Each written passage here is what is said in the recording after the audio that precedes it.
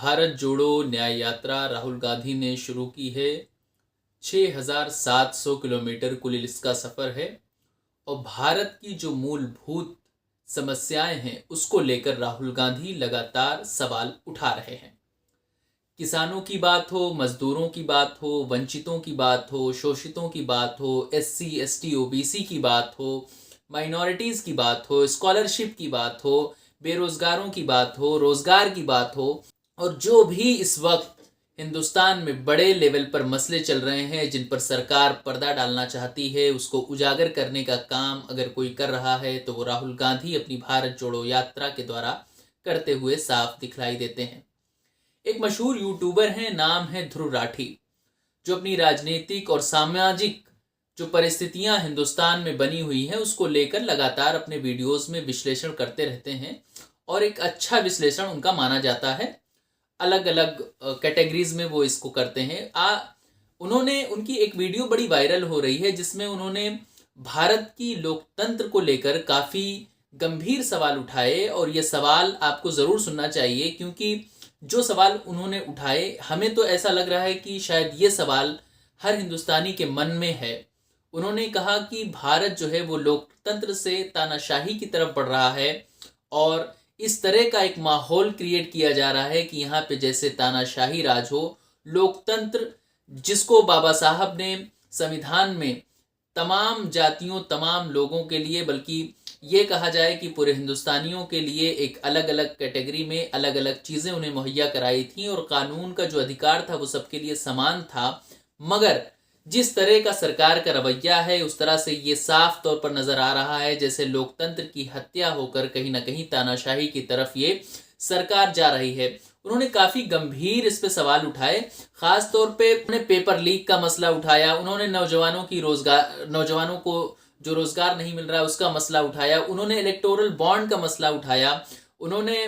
जो सरकार का तानाशाही रवैया है उसके खिलाफ उन्होंने बात की और कहा कि जिस तरह से पिछले 70 सालों में सरकारें चलती रही हैं उसके बरखिलाफ यहाँ पर इस तरह की सरकार चलाई जा रही है जैसे ये कोई लोकतंत्र ना हो बल्कि तानाशाही सरकार हो। इलेक्शन कमीशन को लेकर ध्रुव राठी ने लगातार सवाल खड़े किए और कहा कि जिस तरह से इलेक्शन कमीशन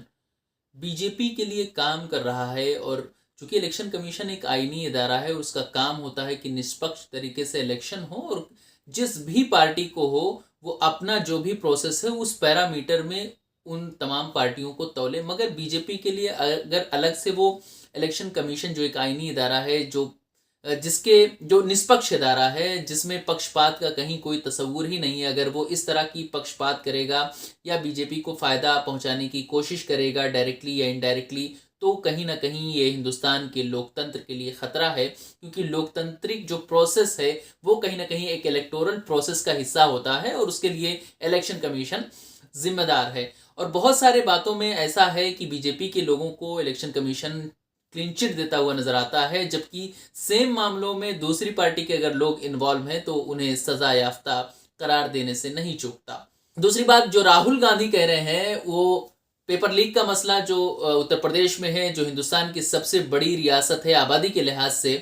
उसको पेपर लीक का मसला उठा रहे हैं। जहां इतना बेरोजगार है वहां अगर रोजगार की कहीं पे बात हो रही है और 60,000 भर्तियां जो निकली थी जिसमें 40 से 50 लाख आवेदन हुए थे और ऐसे में पेपर लीक हो जाता है तो ये खास तौर पर ये सरकार के लिए बड़ी शर्मनाक स्थिति है और इस शर्मनाक कहा जाना चाहिए। मगर सरकार लगातार बेशर्मी की सारी हदें पार करते हुए, हालांकि उसने जिम्मेदारी ली है, मगर ये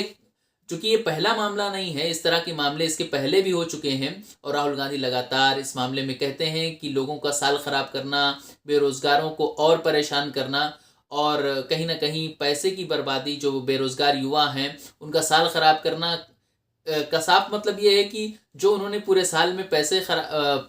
पैसे लगा करके तैयारी की है वो भी बर्बाद होना है। तो एक तरफ तो एम्प्लॉयमेंट नहीं है, दूसरी तरफ जो तैयारी कर रहे हैं उनका साल भी खराब हो रहा है। तो ये दो तरफा मार है नौजवानों के लिए, जो किसी भी लोकतांत्रिक देश के लिए ठीक नहीं है। इसके अलावा जो हिंदुस्तान की रीढ़ की हड्डी है जिसे किसान कहा जाता है, उस मामले को लेकर लगातार किसानों के हक में भारत जोड़ो न्याय यात्रा में सवाल उठा ही रहे हैं। और आगे देखना होगा कि राहुल गांधी इलेक्शन के इस माहौल में कितना सफल हो पाते हैं, क्योंकि इस वक्त एक ऐसा मामला चल रहा है जिससे राहुल गांधी कहीं ना कहीं कामयाब होते हुए नजर आ रहे हैं और 2 जगह उनका इत्तेहाद भी हो चुका है। अभी रिसेंटली दिल्ली में उनका इत्तेहाद हुआ आम आदमी पार्टी से, जिसमें 7 सीटें उन्होंने मिलकर लड़ने का वादा किया और उसकी सीट शेयरिंग भी हो गई। इसी तरह भारत की सबसे बड़ी रियासत, जो पॉलिटिकल सबसे बड़ी रियासत है, आबादी के लिहाज से सबसे बड़ी रियासत है उत्तर प्रदेश, जहां ये कहा जाता है कि अगर दिल्ली का रास्ता कहीं से होकर गुजरता है तो वो उत्तर प्रदेश है। तो उत्तर प्रदेश में भी सीटों का बंटवारा हो चुका है। तो ये साफ तौर पर संकेत कहीं ना कहीं है कि अगर टक्कर में है तो कांग्रेस पार्टी है और शायद 2024 में ये हमें देखने को मिल सकता है।